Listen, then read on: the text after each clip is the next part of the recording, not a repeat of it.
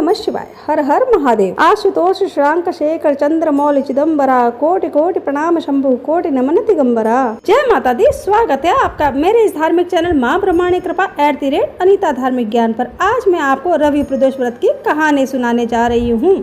आप सब ध्यान से सुनिएगा। प्रदोष व्रत की कथा भगवान शिव को प्रसन्न करने वाली पावन कथा है। एकादशी की तरह ही वर्ष में 24 प्रदोष व्रत होते हैं। एकादशी या प्रदोष दोनों में से व्रत रखना चाहिए। जो भी प्रदोष जिस वार को आता है उसका विशेष फल होता है। इस बार रविवार को प्रदोष आ रहा है। जानिए रविवार को प्रदोष का व्रत रखने के क्या फायदे हैं। रवि प्रदोष के दिन नियम पूर्वक व्रत रखने से जीवन में सुख शांति और लंबी आयु प्राप्त होती है। रवि प्रदोष का संबंध सीधा सूर्य से होता है, अतः चंद्रमा के साथ सूर्य भी आपके जीवन में सक्रिय रहता है। इससे चंद्र और सूर्य अच्छा फल देने लगते हैं। भले ही वह कुंडली के नीच में होकर भी बैठे हो, सूर्य ग्रहों का राजा है। रवि प्रदोष रखने से सूर्य संबंधित सभी परेशानियां दूर हो जाती है। ये प्रदोष सूर्य से संबंधित होने के कारण नाम और यश और सम्मान भी दिलाता है। पुराणों के अनुसार जो व्यक्ति प्रदोष का व्रत करता है वह जीवन में कभी भी संकटों से नहीं गिरता और उसके जीवन में धन और समृद्धि बनी रहती है।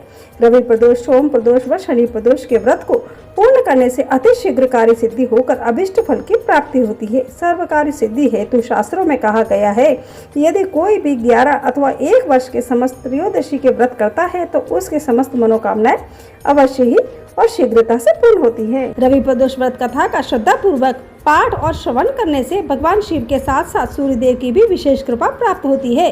मान्यता है कि इस व्रत के प्रभाव से कुंडली में मौजूद सूर्य दोष और पितृदोष शांत हो जाते हैं। साथ ही साधक को उत्तम स्वास्थ्य, आरोग्य, दीर्घायु, सुख समृद्धि और मन चाहे शुभ फलों की प्राप्ति होती है।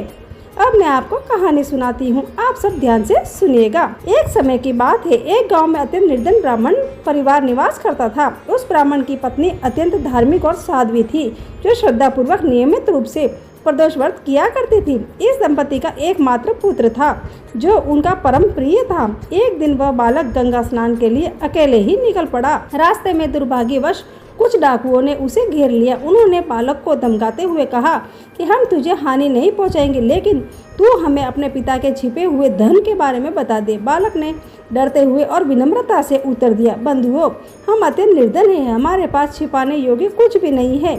चोरों ने संदेह पूर्वक पूछा, फिर तेरे पास ये पोटली किस लिए है? बालक ने सरलता से उत्तर दिया, मेरी माँ ने मेरे लिए इसमें रोटियां रखी है। यह सुनकर डाकू आपस में बोले, यह तो सचमुच गरीब है, इससे कुछ भी नहीं मिलेगा, चलो किसी और को ढूंढते हैं।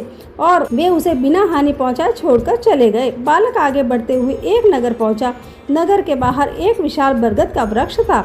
थकावट के कारण वह बालक उसी वृक्ष की छांव में लेट गया और वहीं सो गया। उसी समय मगर नगर के सिपाही डाकुओं की खोज में वहां आ पहुंचे। उन्होंने उस सोते हुए बालक को देखकर संदेहवश उसे चोर समझ लिया और बंदी बनाकर राजा के समक्ष प्रस्तुत किया। राजा ने बिना जांच पड़ताल किए बालक को कारावास में डालने का आदेश दे दिया। इधर उसी रात बालक की मां ने प्रदोष व्रत किया और भगवान शिव की भक्ति में लीन रही। उसी रात्रि राजा को स्वप्न में भगवान शिव के दर्शन दिए और कहा कि जिस बालक को तुमने बंदी बनाया है वह निर्दोष है। यदि प्रातः काल उसे मुक्त नहीं किया तो मैं तुम्हारा राज्य और वैभव समाप्त हो जाएगा। सुबह होते ही राजा भयभीत होकर उठा और बालक को बुलवाकर उससे पूरी घटना पूछी। बालक ने रोते हुए सारी सच्चाई कह सुनाई। राजा ने सत्य जानने के बाद सिपाहियों को आदेश दिया कि बालक के माता पिता को नगर में बुलवाया जाए। जब वे पहुंचे तो राजा ने उन्हें सांत्वना दी और कहा, तुम निश्चिंत रहो, तुम्हारा पुत्र निर्दोष है। तुम पर संकट आया था लेकिन शिव की कृपा से अब टल गया है। राजा के उनकी दरिद्रता देखकर उन्हें 5 गांव दान में दिए। इसके बाद वह ब्राह्मण परिवार सुख और समृद्धि से भर गया। शिव की कृपा और प्रदोष व्रत के प्रभाव से उनका जीवन आनंदमय हो गया। इस प्रकार मेरी प्रदोष व्रत की कहानी पूरी होती है। चाहे आप पूर्ण व्रत रखें या शिवलिंग की पूजा करें, सबसे महत्वपूर्ण बात आपकी भक्ति और निष्ठा है। भगवान शिव ने दिव्य प्रकाश से परिपूर्ण ये पवित्र व्रत आपके जीवन में शांति और उत्तम स्वास्थ्य, समृद्धि और आध्यात्मिक सुख लाता है। इस प्रकार मेरी प्रदोष व्रत की कहानी पूरी होती है। जय श्री कृष्णा, जय माता दी।